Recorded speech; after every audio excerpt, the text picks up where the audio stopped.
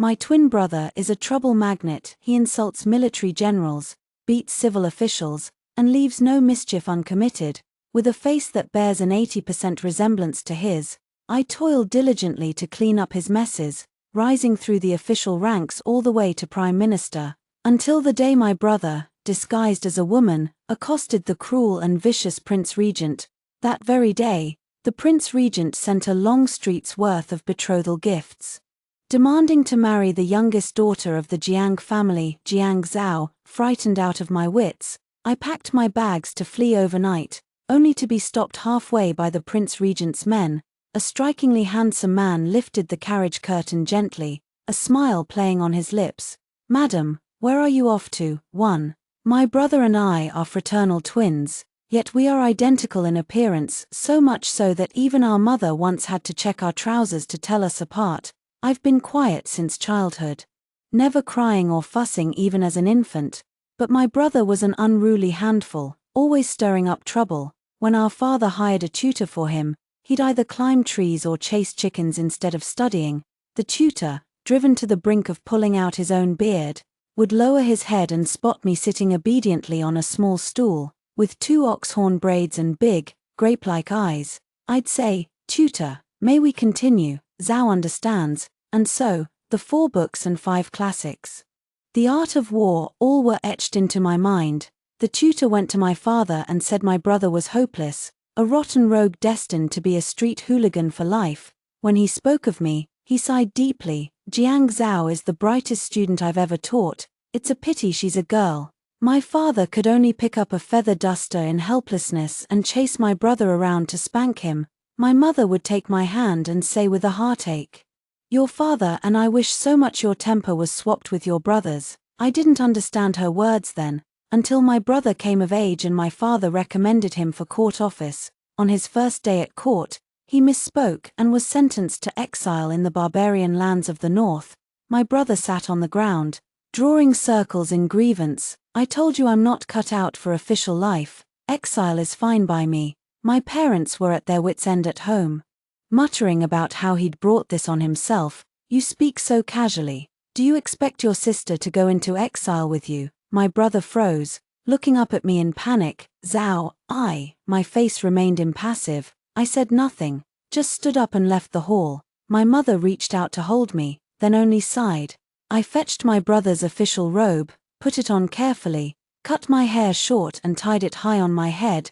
Then I met my parents' astonished gazes and said calmly, "I'll take my brother's place as an official, then there will be no exile, too." After that day, my brother and I swapped identities often, our tricks unfathomable to others. I'd wear the bright red official robe and debate with foreign envoys.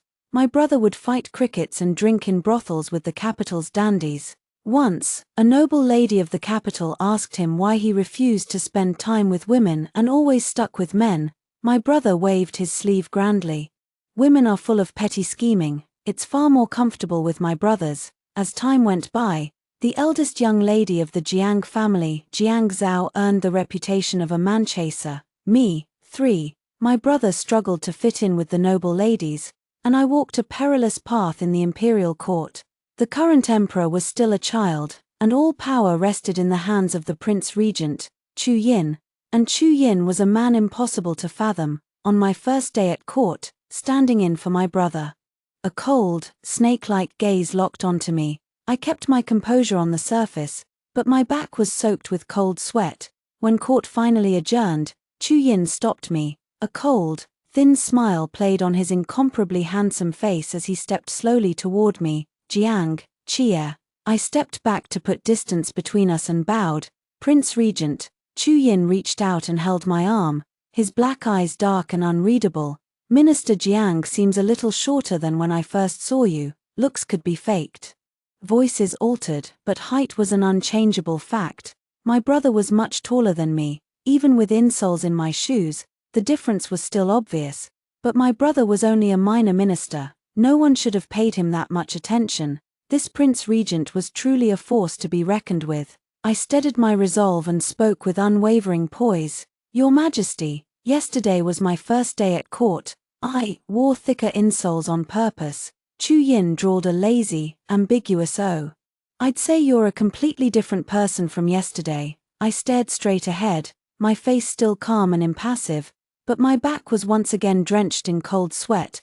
Posing as a court official was a crime punishable by the execution of 9 clans, yet if my brother continued to blunder his way through the court, it would only be a matter of time before he met a death of dismemberment, and our whole family was exiled. 4. As I racked my brain for a solution, Chu Yin suddenly changed the subject. By the way, Lord Jiang, you grew up in the capital all your life. I nodded. Then, has Lord Jiang ever been to Cuixianglu? Was Chu Yin doubting that I was a true native of the capital? Even though I'd grown up here, I'd never heard of a famous restaurant by that name.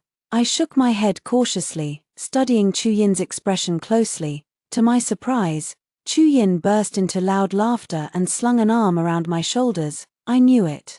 A serious man like Lord Jiang would never set foot in a brothel. A brothel. My mind was still reeling when Chu Yin led me toward the palace gates, his arm still around me. Come, today, this king will show Lord Jiang what it's like. I put myself in a man's shoes and thought carefully. After work, going to a brothel to drink and watch the girls with fellow officials seemed perfectly normal. If I refused Chu Yin, it would only make me seem less like a man. So I straightened my back and forced a greasy, rakish smile, the kind worn by dandies. Excellent. Your humble servant is happy to obey. 5. At the brothel, I rubbed my sore cheeks and slouched in a chair, staring blankly with a vacant expression. Pretending to be a rake was exhausting. Chu Yin grabbed my lapel and yanked me closer. Little Lord Jiang, don't pull such a long face in a brothel. The emperor spared your exile today. You ought to be celebrating. I did my best to keep my distance. Terrified he'd see through my act, Chu Yin didn't seem to mind. He wrapped one arm around my waist, propped his head up with the other, and struck a dashing, dissolute pose. Send for Miss Xianxia at once. Let her keep our little Lord Jiang company. Moments later, a thick stench of powder and perfume filled my nostrils. Before I could react, a beautiful woman sashayed over and threw herself into my arms. My whole body tensed up. Chu Yin's hand was on my waist, and a stunning beauty was pressed against me. I dared not move, not an inch. Young master, why do you look at Xianxiang like that? Do you not like me? I forced an awkward smile and gently pushed her away with my hand. No, of course not. The woman stood up gracefully, pouted, and went to Chu Yin. Young master, this Lord Jiang you brought doesn't like me. Chu Yin smiled fondly and gestured for her to leave. I grew nervous, fearing Chu Yin had spotted something amiss, but he only smiled, tilted his head back, and drained his wine cup in one gulp. Little Lord Jiang is quite a man of principle. Then he lowered his head and curled his lips into a secret smile. Perfect. 6. My brother never could break his habit of stirring up trouble. At every event where his presence was mandatory, he always managed to cause a commotion, and I'd toil diligently behind him, cleaning up his messes. Slowly, my official rank rose higher and higher, from a lowly minor official to a member of the cabinet. Chu Yin would always ask me out for drinks at the brothel after court. Every time I tried to refuse, Chu Yin would smile and pat my head. Little Lord Jiang, you won't even step foot in a brothel. Are you truly a man? To preserve my reputation as a man, I had to pull a long face and voluntarily hook arms with Chu Yin as we walked into the brothel. Chu Yin never asked the girls to keep us company. We'd just sit across from each other and drink. When the mood struck him, he'd insist I compose a poem to liven things up. I was a civil official. After all, writing poetry was child's play for me. But something always felt off, especially when Chu Yin leaned on a beauty's couch, his right hand resting on my shoulder, his handsome face inches from mine, and a faint sandalwood scent lingered in my nostrils. Little Lord Jiang, must you sit so stiffly even in a brothel? I strained to keep my posture, pressing my left hand against Chu Yin's chest. Your Highness, we are both men. Chu Yin blinked. Precisely because we are both men, what's the problem? Of course there was a problem, a huge one. Even with my slow wit, I could sense that something was wrong. I'd never heard a whisper that Chu Yin favored men. 7. After that, I began to avoid Chu Yin on purpose. First, I sent several handsome young male companions to the Prince Regent's mansion. Then I faked an illness and fled to the outskirts of the capital for a few days. I hoped that by the time I returned, Chu Yin would have a new target and leave me alone. Within half a month, word spread that Chu Yin was going to take a wife. I let out a long, relieved breath. Finally, I could focus on being an official in peace. But when I stepped into my home cheerfully, I tripped over a large red chest at the door. I looked up, my pupils contracting in shock. What were all these betrothal gifts doing here? Was someone in our family getting married? But my parents only had one daughter, me. I steadied my nerves, and before I could step into the main hall, I heard my father's furious shouts and my mother's tearful sobs from inside. My brother was kneeling in the middle, his head bowed low. How did I ever raise such a disgraceful son? Why did you have to provoke the Prince Regent of all people? Now he's sent his betrothal gifts. Are we really going to marry your sister off to him? The Prince Regent, Chu Yin. All these betrothal gifts in the yard, were they from Chu Yin? Who was he going to marry? I walked in, helped my brother to his feet, and asked with a calm face, "What happened?" My brother looked down at me, a clear slap mark on his face. His eyes filled with guilt. After pressing him for details, I learned the truth. My brother had snuck into a brothel disguised as a woman and run straight into Chu Yin. Egged on by his worthless friends, he'd gone over and accosted Chu Yin with a few teasing words, and that very day, Chu Yin had sent men with betrothal gifts, declaring that he would marry the youngest daughter of the Jiang family, Jiang Zhao. 8. I listened to the whole story with a blank face, turned and walked back to my room with a blank face, then started packing my bags with a blank face. I was doomed. Didn't Chu Yin like men? Did he switch his tastes? Or was he planning to take both my brother and me for himself? But whether it was the young Lord Jiang he'd been pursuing, or the young Miss Jiang he intended to marry, both were me. Jiang Zhao, you can't keep fleecing the same sheep, can you? My parents said nothing, tacitly approving of my plan to flee the marriage. My brother stopped me, racked with guilt. Zhao, I know you still want to be an official. I'll go marry him in your stead. It's fine, after all. The Prince Regent can't do anything to me. Besides, if he marries a man, he'll never make it public, not for the sake of his reputation. If only he knew what Chu Yin was capable of. I stared at my brother's rear with a meaningful look. Chu Yin had a lot of tricks up his sleeve. It's okay, brother. I just need to lie low for a while. I'll come back when Chu Yin forgets about this.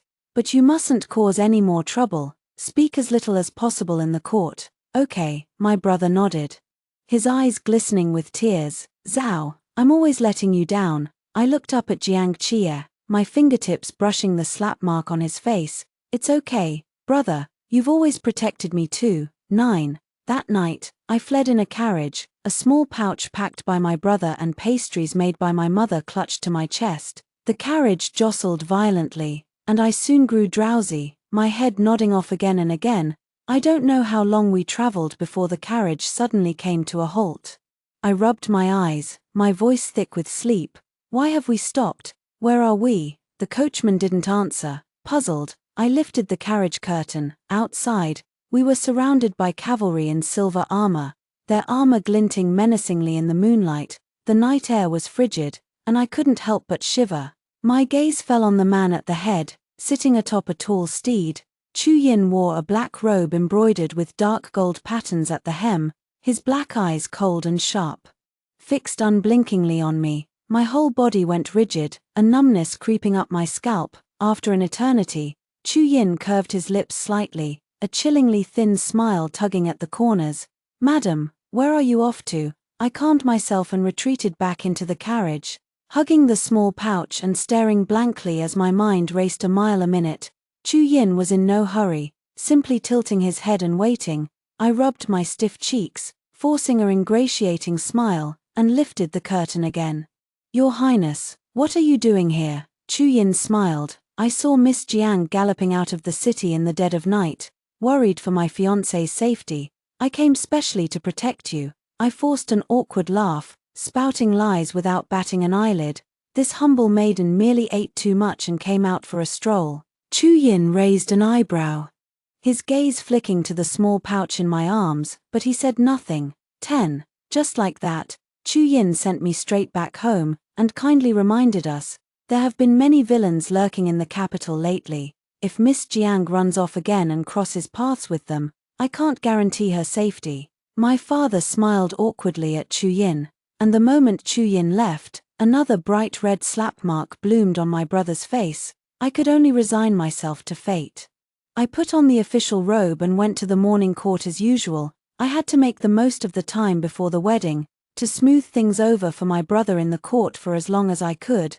My brother bit a handkerchief, his face filled with guilt. "Zhao, I'll deal with the etiquette tutors the prince's mansion sent over. I promise no one will dare bully you when you marry into the mansion." I wanted to laugh, but I couldn't muster a single smile the moment I stepped into the palace hall.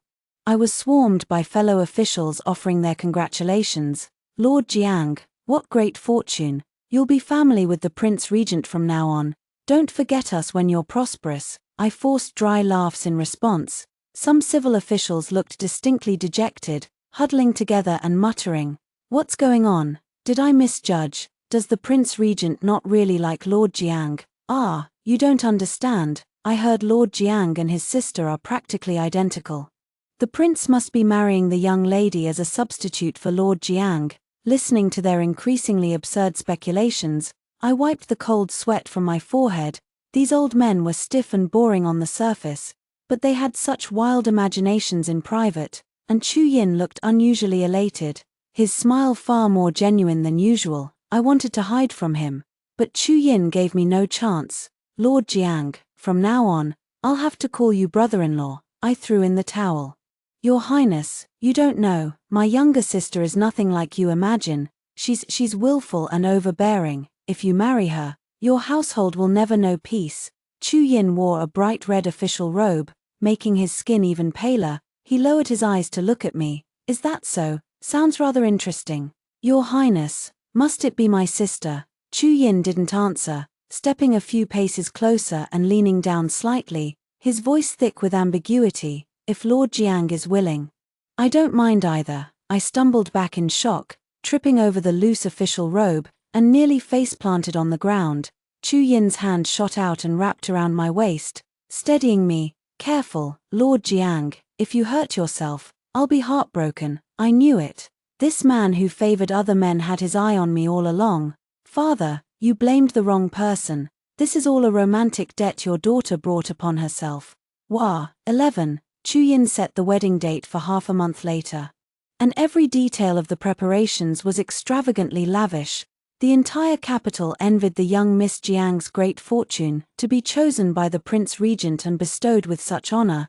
As for me, I clung to these last days of freedom, going to court, drinking in brothels, chatting with scholars and refined gentlemen. After all, once you marry into a noble mansion, it's like falling into a deep sea. These carefree days were numbered. In any case, Chu Yin must have liked me. Even if I married into the prince's mansion, life probably wouldn't be too bad. But one day, my father called me over, his face clouded with worry. His expression was a mix of hesitation and guilt. "Zhao, the Prince Regent is planning to rebel." My father's words were like a boulder thrown into a still pond, sending turbulent waves crashing through my heart. All these years, though Chu Yin held all the power, he had never failed the state or the people. The emperor was still young. What Chu Yin did was only natural. It was far better for the power to be in his hands than in the hands of eunuchs. Besides, I'd always thought Chu Yin was not the kind of man to rebel. A military report came from the southwest. There are signs that Chu Yin is recalling his troops. The capital won't be peaceful for long. I'm afraid his proposal of marriage is also for an ulterior purpose. My father's words were loaded with meaning, and cold sweat instantly soaked through my back.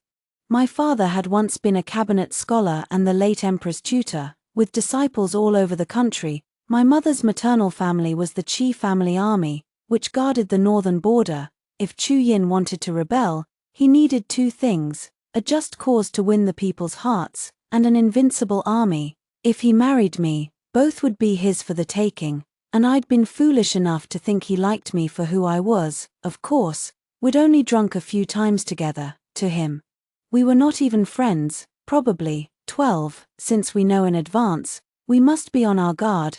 The emperor is nearly of age now. He no longer needs to rely on the Prince Regent. My words were mild, but my meaning was clear. I was urging my father to bring Chu Yin down, but to my surprise, my father shook his head gently. I was utterly confused. Father, if your daughter marries him, she'll be boarding his pirate ship. If Chu Yin really plans to rebel, no matter what we do, how we do it, we'll meet a bad end. We might as well, before the wedding date. My father shook his head again. Zhao, we can't touch Chu Yin. On the contrary, I hope you'll marry him, and treat him well. If he can give up his rebellion for you, that would be the best outcome. For the first time, I thought my father was being naive. Chu Yin was marrying me for the rebellion. How could he give up his great cause for me? I was still stubborn. Father, you know this is impossible. My father seemed to age 10 years in an instant, the wrinkles at the corners of his eyes deepening. Zhao, we even the whole world owe Chu Yin a debt. Zhao, you are my only daughter, and the most perceptive and intelligent woman in the whole world. You were never meant to be trapped in a grand mansion, but I beg you, marry Chu Yin. Treat him well. 13. On the day of the wedding, Chu Yin wore a bright red wedding robe and sat atop a tall steed, nothing like the menacing figure who had blocked my way on the outskirts of the city.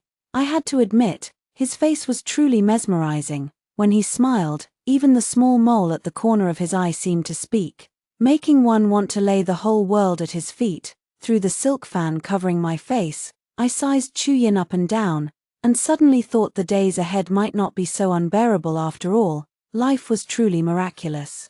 Yesterday, we'd hooked arms and drunk together in a brothel. Today, I wore a wedding dress and became the Prince Regent's wife. Ever since I learned of Chu Yin's plot to rebel, I'd guessed how this marriage would end, so it was no surprise that Chu Yin did not come to my chamber on our wedding night. But there are no secrets in a noble mansion. I feared that by tomorrow morning, the news that the Prince Regent's wife had spent her wedding night alone would spread throughout the capital. I leaned against a jade pillow, flipping through a book casually, not caring in the least. A wave of weariness washed over me. I stood up to blow out the candle. When the wooden door was pushed open, it was Chu Yin, still in his bright red wedding robe. I stared in surprise, frozen in a bent position. Looking up at him, Chu Yin tugged at his robe collar, his eyes clouded as if with mist. He stumbled toward me and grabbed my hand tightly. Is the princess angry that her husband came late? My body tensed, and I instinctively tried to pull my hand away, but Chu Yin's grip was ironclad, and there was a smile in his eyes. He was doing this on purpose. I played along, feigning concern. Is your highness drunk? Chu Yin waved a hand, and the scent of sandalwood mixed with wine wafted around me, an odd combination, but not unpleasant. I was happy today, so I drank a little too much.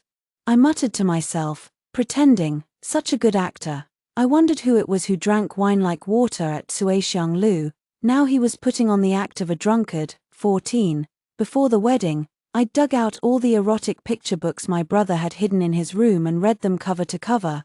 I'd learned a great deal, and benefited immensely. As the saying goes, in books, one finds a golden house. I mimicked the picture books, gliding my fingertips slowly down Chu Yin's neck, moving to his chest, and softening my tone. Your Highness, let this concubine undress you. Chu Yin froze, forgetting even to pretend drunkenness, staring straight at me in stunned silence. I paid no heed, continuing to recall the scenes from the books. My gaze drifted downward, settling on the area below his waist. After a moment's thought, I decided to just yank off his trousers. Why dally around?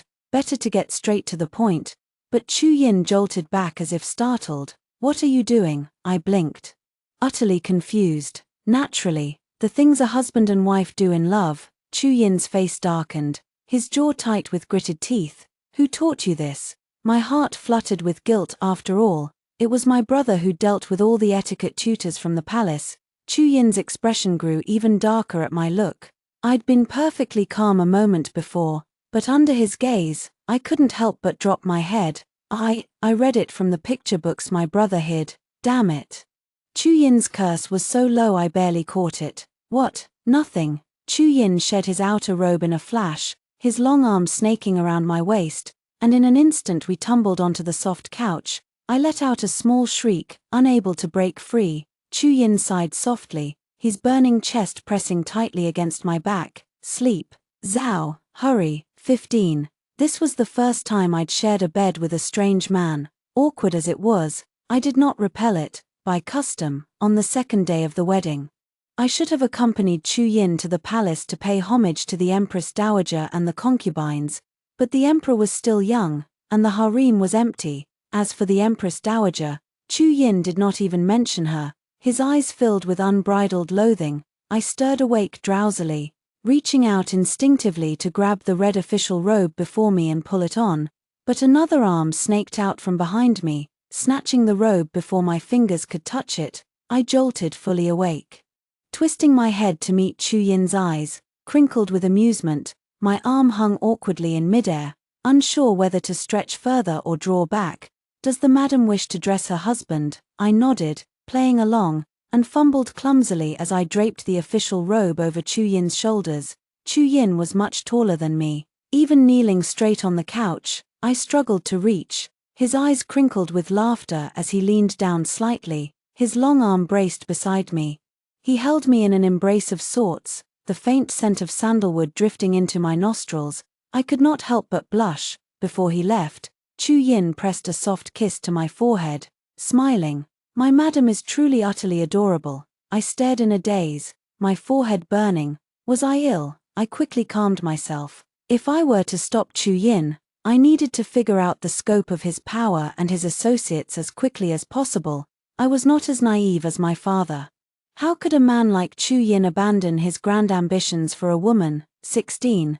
The days that followed passed in peace between Chu Yin and me. He handed me the token of household management for the Prince Regent's mansion. I spent 2 days poring over the mansion's account books, finding nothing amiss. Of course, if Chu Yin dared to give me the account books, he was not afraid of what I might uncover. On the day of my return to my parents' home, my brother pulled me aside furtively. Zhao. What you said wasn't right at all. I blinked in surprise. Didn't you say the Prince Regent would drag me out drinking in brothels every day? I did, but these past few days, apart from bailing me out a few times, Chu Yin hasn't paid me any attention at all. How could that be? Once, every time court adjourned, even if I avoided Chu Yin on purpose, he would corner me with uncanny precision, cajoling, threatening, and dragging me off to drink. For a time, I'd see Chu Yin and feel drunk on alcohol just from the sight of him.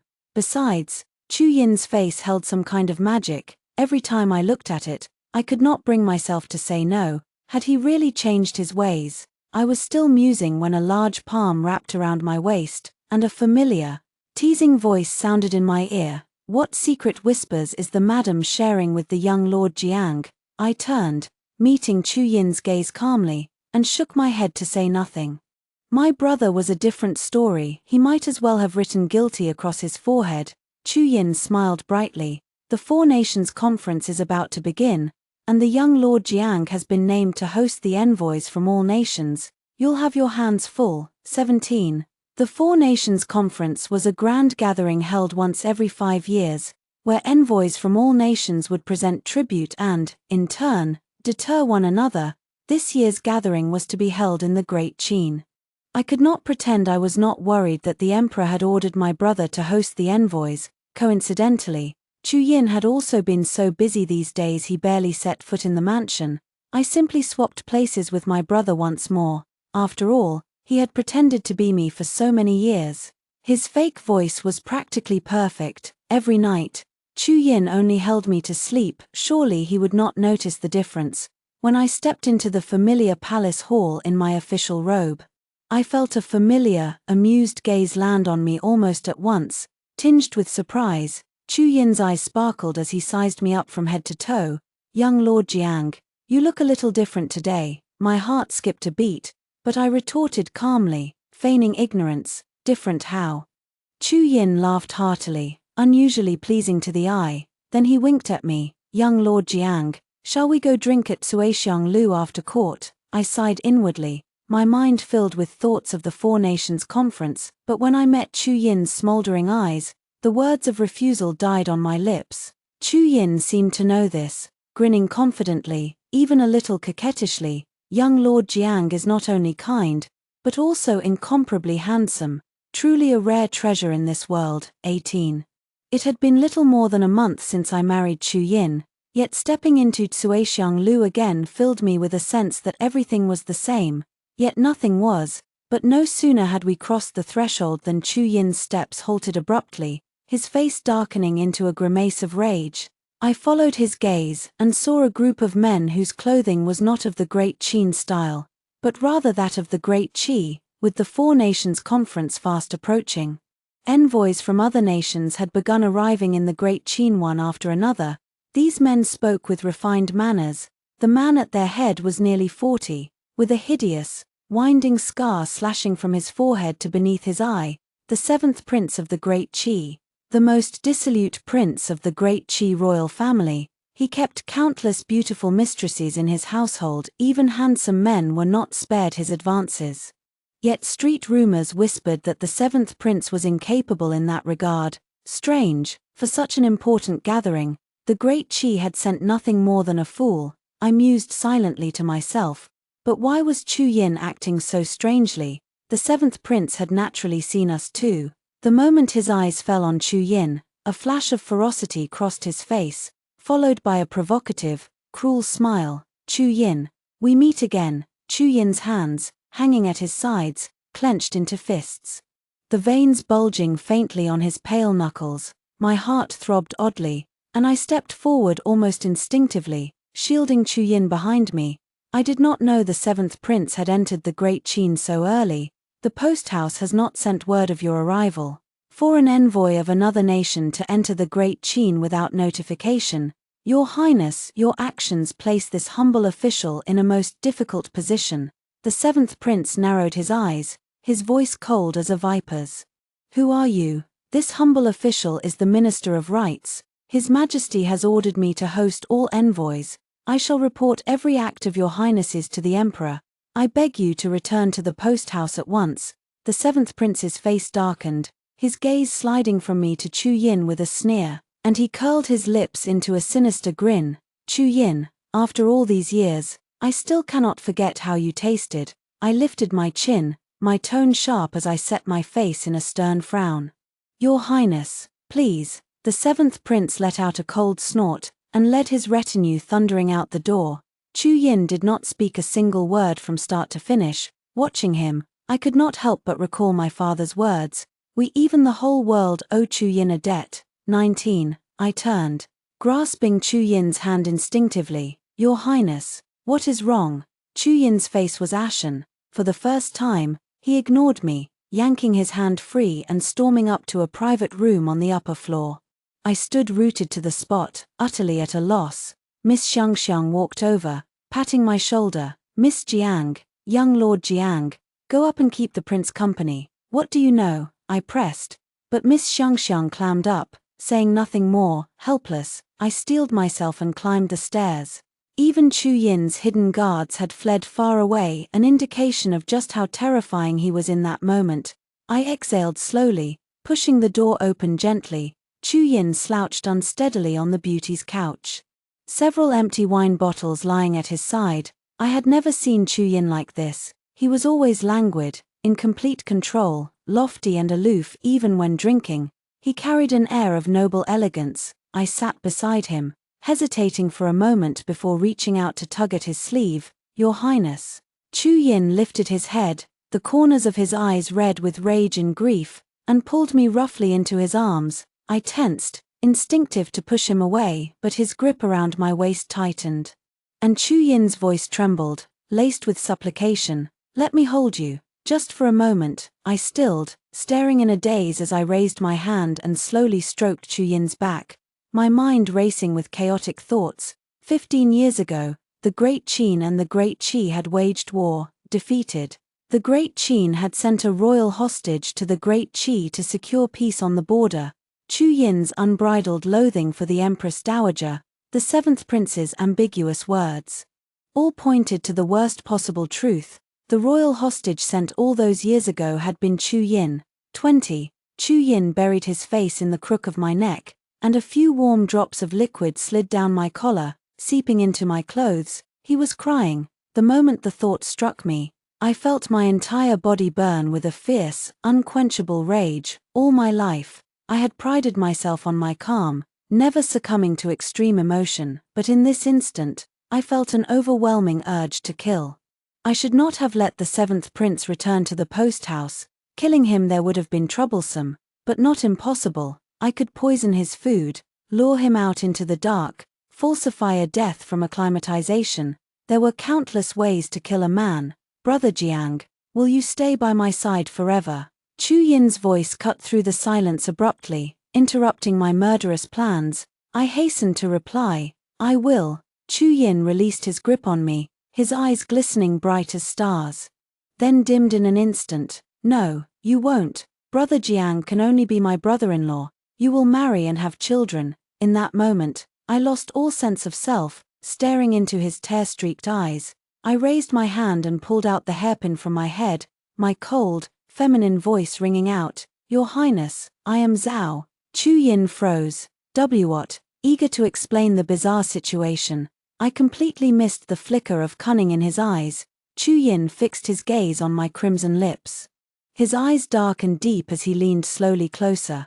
Zhao, are you this kind to everyone? His stare made me uneasy, and I couldn't help but turn my head away. No, I don't think so. Chu Yin cupped my cheeks in both hands, pinching the soft flesh gently, his tone firm. Then Zhao is only this kind to me. My brother's erotic picture books popped into my mind, unbidden. I leaned forward and pressed a soft peck to Chu Yin's lips, then tilted my head to look at him. Chu Yin's eyes narrowed. The next second, a deeper, more urgent kiss crashed down on me like a tidal wave. My knees went weak, my body sliding down his chest. Thankfully, Chu Yin's large palm held my waist firmly, his kiss fierce and desperate. When it ended, I rested my head on his chest, gasping for breath. Chu Yin nuzzled my ear, still unsatisfied, his voice warm with laughter. Zhao, why do I love you so much? 21. So this was what the things in the picture books felt like. They were wonderful. No wonder my brother hid them like precious treasure. It was a little painful at first, though, and I couldn't help but scratch Chu Yin's back several times. I told him to take it slow, but he was still so rough. He deserved it. Afterward, though, I carefully applied medicine to his scratches. My heart aching for him, I always couldn't help but feel sorry for Chu Yin. That night marked a turning point for Chu Yin. Every night after that, he pinned me down and claimed me as his wife. It was sweet, but my body simply couldn't keep up. Of course, I never forgot my mission. That beast of a seventh prince, I would make him pay, one way or another. From the way Chu Yin had reacted, the prince must have tormented him endlessly when he was in the Great Qi. I secretly bribed some men. And when the seventh prince snuck out to a brothel in the dead of night, they knocked him out and abducted him. Even if an investigation was launched, it would only look like he'd offended someone. No one would suspect me. I wore a black mask, my voice muffled by it, and splashed a basin of cold water on his face to wake him up. What are you doing? I said nothing, signaling the men beside me to pry his mouth open and drop a small black pill down his throat. Moments later, his eyes glazed over. Half-lidded and empty. This pill sent people into a waking nightmare. They would answer any question truthfully, and remember nothing when they woke up. It was a treasure used by the Ministry of Punishments to interrogate prisoners, and I'd gone to great lengths to get just one. Was Chu Yin the royal hostage the Great Qin sent to the Great Qi all those years ago? Yes, I squeezed my sweating palms and pressed on. What did you do to him? He was nothing but a lowly Qin hostage.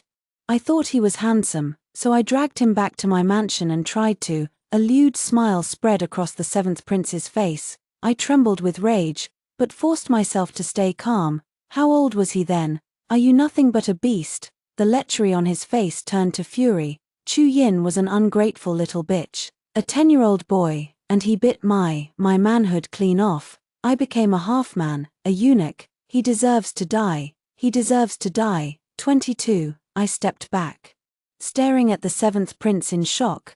No wonder the street rumors said he was impotent. Then my mind flooded with images of a 10-year-old Chu Yin, this small child, sent alone to a foreign land, enduring unspeakable humiliation and pain. The Great Qin had lost the war against the Great Qi because of corrupt court eunuchs and meddling in-laws. Why should a child pay for their mistakes? For the first time, all the books I'd read, all the principles I'd learned, wavered in my heart. Father was right. The whole world owed Chu Yin a debt, even if he planned to rebel. So what? My face cold, I forced another aphrodisiac pill into the seventh prince's mouth and said to the men beside me, "Find some beggars. If he likes men so much, let him have his fill, and make it clean." The black-cloaked men flinched, hesitating for a moment before agreeing. I rubbed my stiff cheeks and turned to leave only to meet Chu Yin's jet-black eyes. He said nothing, just stared at me silently. I blinked, ran forward, and threw myself into his arms, taking his cold hand in mine and breathing warm air on it. "What are you doing here? Are you cold?" "No, what are you?" I buried my face in his chest, my voice muffled. "He hurt you. I wanted to teach him a lesson for you." Chu Yin laughed softly. "The emperor ordered you to host the envoys. Now one of them has disappeared right under your nose. Aren't you afraid of his wrath?" "No, I've arranged everything. The emperor will only scold me a little at most. Worst case, I'll let my brother go to court tomorrow." Chu Yin pinched the soft flesh of my cheek, his eyes bright. "Zhao, how can you be so utterly lovable?" "Chu Yin, I will avenge everyone who hurt you back then. Not a single one will escape. Let's just be together. Forever." "Okay." Chu Yin looked at me, a flash of cold cruelty in his eyes. He said nothing. My heart sank slowly, my fingers tightening around the note my father's hidden guards had slipped me. "Chu Yin is plotting. At the palace banquet in 3 days, you must delay him at all costs." 23. In the end, the wisdom of the sages triumphed over my emotions. I could not stand by and watch Chu Yin make a mistake. He was meant to be the lofty prince regent, not a traitor reviled by all. But how could I delay him at the palace banquet in 3 days? He trusted me completely now. I could knock him out, or slip a sleeping pill into his food, but I couldn't bear to hurt him. I looked at Chu Yin's smiling eyes as he picked up food for me. The vulnerability and stubbornness that flashed across his face when he spoke of the Great Qi. I felt like a terrible person. The palace banquet was the next day, and I still had no plan. Anxiety gnawed at my heart. The half-pack of aphrodisiac pills I'd left over from the seventh prince fell out of my pocket. My eyes lit up. Chu Yin loved being intimate with me, and this way, I wouldn't hurt him at all. It was the perfect plan. I pressed my lips together, forcing a small dimple to appear on my cheek, and poured the aphrodisiac powder into Chu Yin's teacup. "Zhao, what are you doing?" Chu Yin's voice sounded behind me. Out of nowhere, my hand jerked, and I poured the entire remaining half-pack into the cup. My eyes widened slightly as the colorless, odorless powder dissolved quickly in the tea. Chu Yin wrapped his arms around me from behind, his chin resting affectionately in the crook of my neck. "Zhao, are you making tea?" I forced a dry laugh, stealing my resolve, and handed him the teacup. "Yes, I'm not very good at it, Your Highness, just a sip." I'd intended for him to take just a small taste, but Chu Yin drank the entire cup in one gulp, as if he hadn't had water in 8 lifetimes. I swallowed hard, stepping back instinctively. The medicine took effect quickly. Chu Yin frowned, the tips of his ears flushing red, and he lifted his hand to loosen his collar. "Zhao, is it just me, or is it very hot in this room?" 24. I regretted it. I should have just hit him over the head with a stick and knocked him out cold. I lay on the couch, my whole body feeling like it had been torn apart, unable to lift even a finger. Chu Yin wrapped an arm around my waist and flipped me over onto my other side. I pushed weakly at his chest, my voice soft and breathless. "Chu Yin, slow down." Chu Yin leaned into my ear, mischievous, and nipped my earlobe with his teeth. "Then what should Zhao call me?" I let out a small gasp. Turning my gaze away, "Husband." Chu Yin's eyes darkened instantly, and he lowered his head to kiss my lips softly. "Zhao, I love you." My mind was muddled, but one thought lingered. If Chu Yin found out I'd drugged him just to delay him, to ruin his rebellion, would he hate me? No matter what I had to do, please don't hate me. Chu Yin. 25. When I woke up again, it was already night the next day. My arms ached so badly I couldn't lift them. I tried to call for a maid, but my voice was nothing but a hoarse whisper. A hand slipped around my shoulder, lifting me gently from the bed, and a teacup was pressed to my lips. I drank from the cup, leaning into the hand supporting me, and only then did I feel like I was alive again. The person sighed softly and stood up to light the candle. I looked at Chu Yin. He was still wearing his black robe, and a faint smell of blood clung to him. He stared at me, his face dark, saying nothing. I hung my head, my expression blank, and whispered, "I'm sorry." The room fell silent again, so quiet I could hear our breathing. Chu Yin watched me, his eyes black and empty, as if there was nothing in them at all, and yet he looked so sad. My heart felt like it was being squeezed in a vice. My chest aching with an unbearable pain. After an eternity, Chu Yin spoke, his voice soft. "Jiang Zhao, am I so unworthy of your trust? Is this what you think of me, that I am nothing but a traitor?" I looked up at him, then dropped my head again. The only words on my lips a broken repeat, "I'm sorry. I'm sorry." Chu Yin laughed, a bitter, self-mocking sound, and his cold words cut through the air. "Jiang Zhao, you have a cruel heart." Then he turned and walked away. 26. After Chu Yin left, my little maid pushed the door open, stepping in timidly. She looked at me, her mouth opening and closing as if she had something to say but didn't dare. For some reason, a terrible premonition settled in my heart. "Miss, you're finally awake. The capital has been in chaos for the past few days. What happened?" I'd delayed Chu Yin. Had the rebellion succeeded anyway? There were assassins among the great Qi envoys. They tried to assassinate the emperor at the banquet. But Lord Chu's men stopped them. He'd arranged for them in advance. The great Qi also secretly sent troops, hiding 10 li outside the capital. Fortunately, His Highness foresaw this and recalled some of the troops guarding the northern border. These Qi men have quite the nerve. I stared blankly, my mind reeling. Assassins among the great Qi envoys. No wonder the great Qi had sent the 7th prince as their envoy. He'd been sent to his death, whether the assassination succeeded or failed. The 7th prince would never leave the capital alive. He'd been sold out and was still counting the coins for his betrayers. So Chu Yin's odd behavior these past few days had all been because he'd long since detected the great Qi's treachery, and had turned their plot against them, striking a heavy blow to their forces. To dare scheme at the Four Nations Conference, the great Qi had given the world ample reason to condemn them, and would have to pay a steep price to save face between the two nations. Father and I had both misjudged Chu Yin. I hung my head, memories flooding back. Chu Yin's fragile embrace in Suixianglu, his trembling voice as he asked if I would leave him. "Jiang Zhao, you truly are a terrible person." 27. After leaving the Prince Regent's mansion, Chu Yin went straight to the imperial prison. The 7th prince, dressed in tattered prisoner's rags, his hair a mess, gnawed on a dirty, rock-hard steamed bun.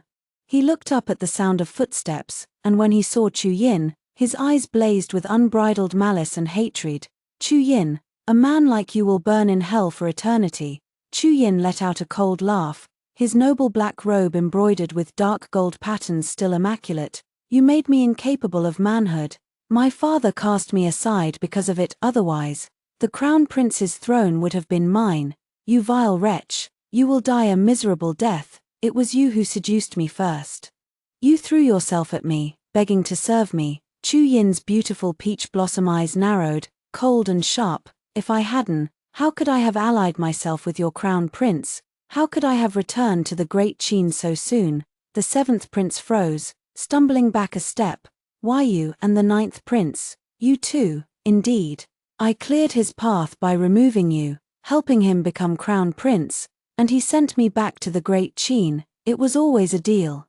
Terror filled the 7th prince's eyes, as if the man before him was a bloodthirsty monster. "Chu Yin, you're a devil. So you planned the assassination too. You intended to kill your emperor and seize the throne, then frame the great Qi for the crime." Chu Yin fell silent, then shook his head gently. "No, I did not plan the assassination, but I did intend to take advantage of it, to accept this gift the great Qi so kindly sent."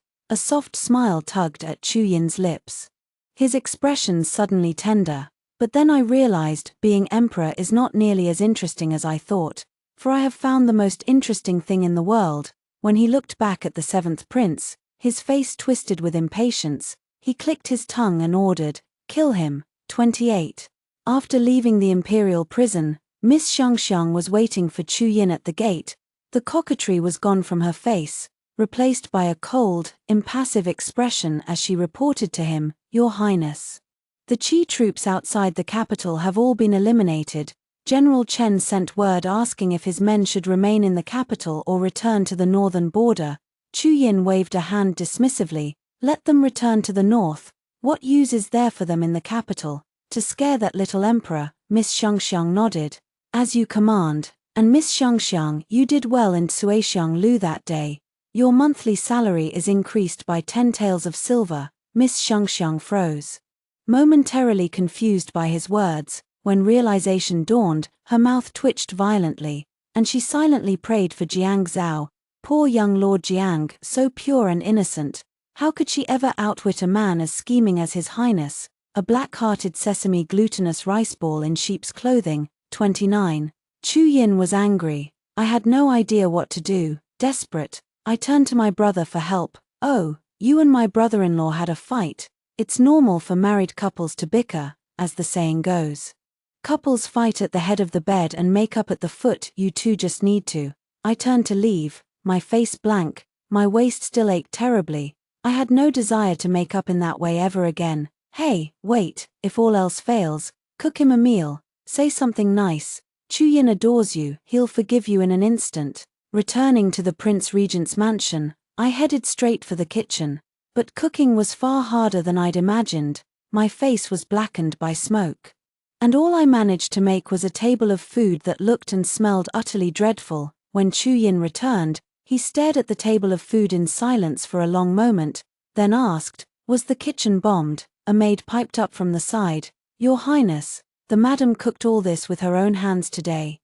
Chu Yin lifted his eyes to look at me, seemingly stunned, his voice soft as a whisper. "Why you made this?" I pressed my lips together, looking at him with eager, hopeful eyes. "I want to apologize. I was wrong not to trust you. I'm sorry." Chu Yin raised his hand and brushed the ash from my face, his expression blank for a split second. I cut him off. "Eat while it's hot. It doesn't look very good, but it should taste all right." Chu Yin sat down in silence, picked up his chopsticks, and took a bite of meat, his expression contorted into a kaleidoscope of emotions. I took a bite too, and nearly choked to death on the overwhelming saltiness. My shoulders slumped in disappointment, my face filled with chagrin. "You'd better not eat it. I'll think of another way to apologize." 30. Chu Yin grabbed my hand, his eyelashes trembling slightly. "It's all right, I'm not angry. After all, I was sent to the Great Qi as a hostage, for so many years.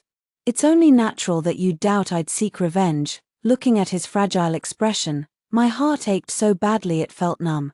I cupped his face in my hands and pressed a soft kiss to his lips, speaking earnestly. "Chu Yin, it's all in the past. From now on, I'll treat you well. I'll treat you well for the rest of my life." The corners of Chu Yin's eyes flushed bright red, his thumb stroked my lips gently, his eyes dark with desire. "Zhao, prove it to me." I rubbed my sore waist, then gritted my teeth and nodded. Chu Yin was so easy to love, a little sacrifice was nothing.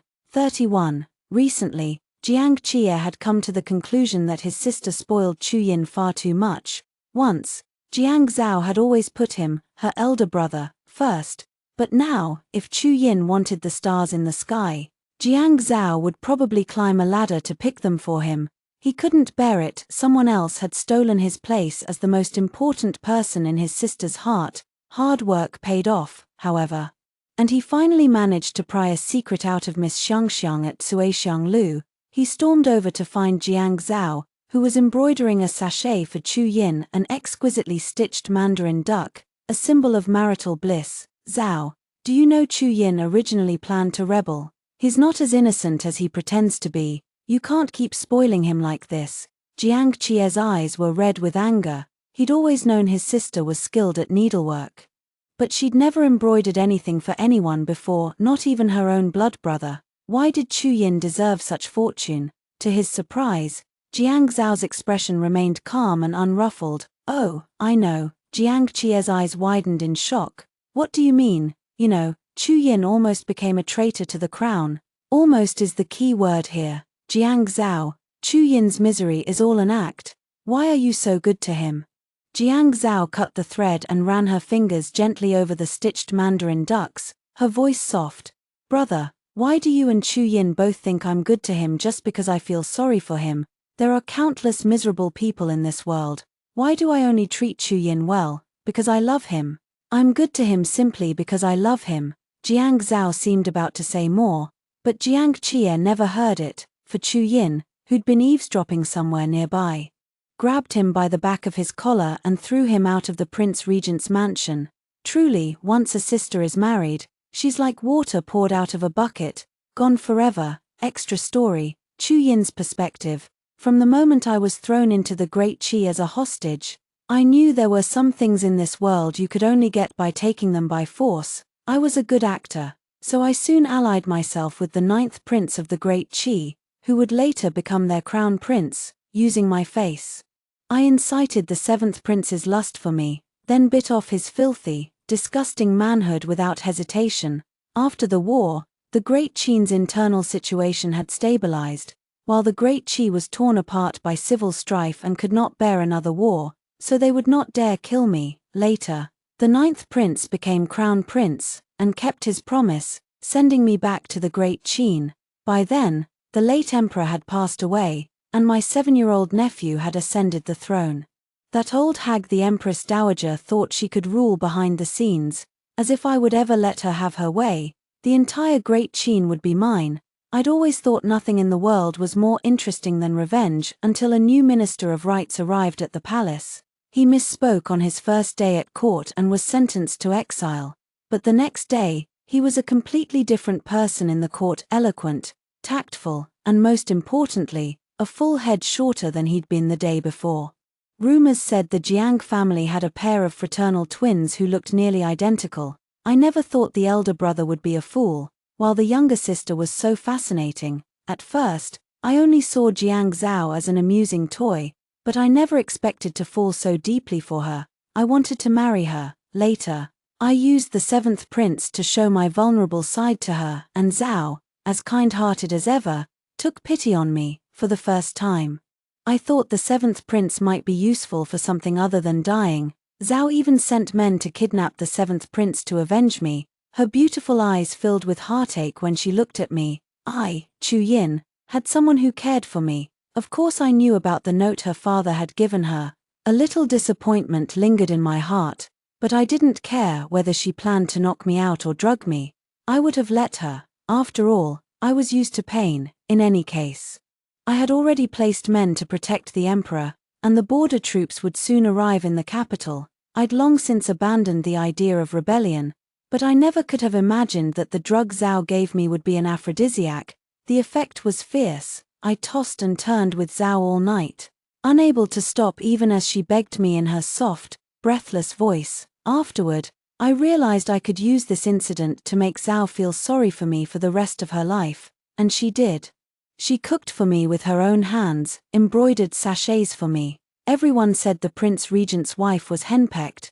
My heart was filled with sweetness, yet a trace of bitterness lingered. Did Zhao only care for me out of pity? What would I do if she found out there was nothing about me worth feeling sorry for, that I'd originally been a traitor plotting to rebel? I told Xiangxiang to leak the truth to Jiang Qie. I only wanted to see Zhao's reaction, even if she was angry. Even if she hit me and cursed me, so long as she didn't leave me, I could bear any consequence. Then I heard my Zhao say, because I love Chu Yin, I'm good to him simply because I love him. In that moment, I felt like a drowning man grasping a straw on the shore, a wanderer in the desert finding a spring of sweet water. And Chu Yin, he found Jiang Zhao.